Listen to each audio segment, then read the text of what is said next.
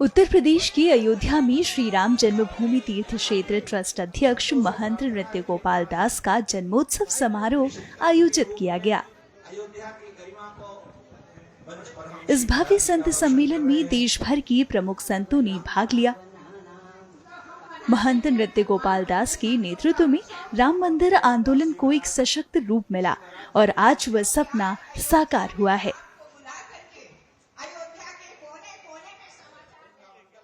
इस आयोजन में समरसता, एकता और सनातन संस्कृति का संदेश बुलंद हुआ। इस मौके पर छावनी मंदिर के महंत ने क्या कुछ कहा, सुनिए।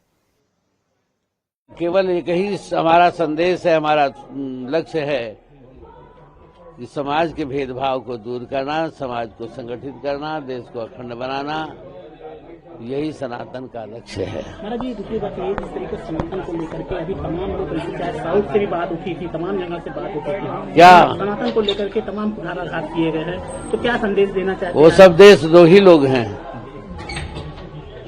देशद्रोही लोग हैं। सनातन सबका मूल है। सनातन का एक ही लक्ष्य है, हम सब प्रकार से सबको संगठित करेंगे, सुदृढ़ करेंगे, समता और समरसता स्थापित करेंगे। अच्छा, जिस तरीके से भगवान राम का जैसे हो गए, रामलला विराजमान हो गए, राम दरबार विराजमान, अभी तो मथुरा और काशी, महाराज जी उसके लिए क्या निर्णय आगे? ये भी हमें मिलेगा, इसमें कोई संदेह नहीं, निश्चित है मिलेगा, हमें कोई रोक नहीं पाएगा। वहीं महंत नृत्य गोपाल दास के 87वें जन्मोत्सव समारोह में संतों ने प्रधानमंत्री नरेंद्र मोदी के नेतृत्व में केंद्र सरकार के 11 वर्षों को स्वर्णिम काल बताते हुए उनके कार्यों की सराहना की।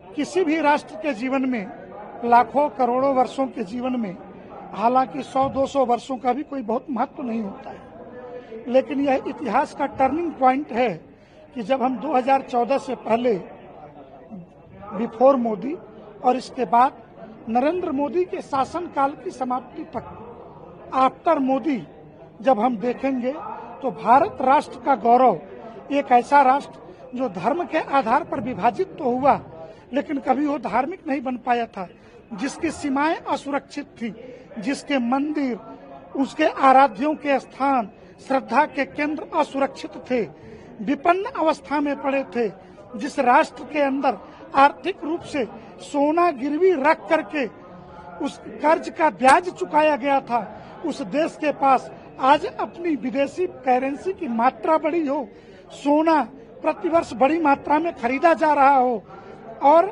इतना ही नहीं, सैन्य ताकत हमारी इतनी मजबूत है कि आज ये कहना कि कौन एक नंबर पे है, अगर तृतीय विश्व युद्ध हो जाए तो परीक्षण हो जाएगा। और हम साधुओं का तो मानना है कि भारत की ही सेना दुनिया की नंबर 1 सेना है, जो महाकाल और मां काली के नेतृत्व में लड़ती है।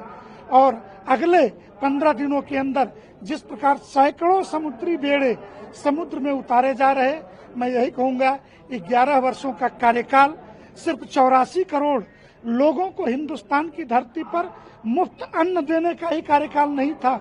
आयुष्मान भारत के साथ साथ श्री राम जन्मभूमि के मंदिर निर्माण, काशी विश्वनाथ कॉरिडोर के निर्माण से लेकर के स्वर्णिम भारत के भविष्य की आधारशिला रखी है नरेंद्र मोदी जी ने। बहुत आनंद का विषय है, पूरे देश का संत समाज आज यहाँ उपस्थित है। अपने बड़ी छावनी के महाराज जी, का जन्म स्थान, जन्म दिवस निश्चित रूप से अयोध्या के लिए, अयोध्या के साथ साथ पूरे देश के संत समाज के लिए बड़ा आनंद का विषय है। श्री राम जन्मभूमि तीर्थ क्षेत्र के माननीय अध्यक्ष, इन्होंने राम जन्मभूमि आंदोलन के साथ कदम से कदम मिला करके आज इस राम जन्मभूमि के आंदोलन के पश्चात इस मंदिर निर्माण को इस स्थान तक पहुंचाया है।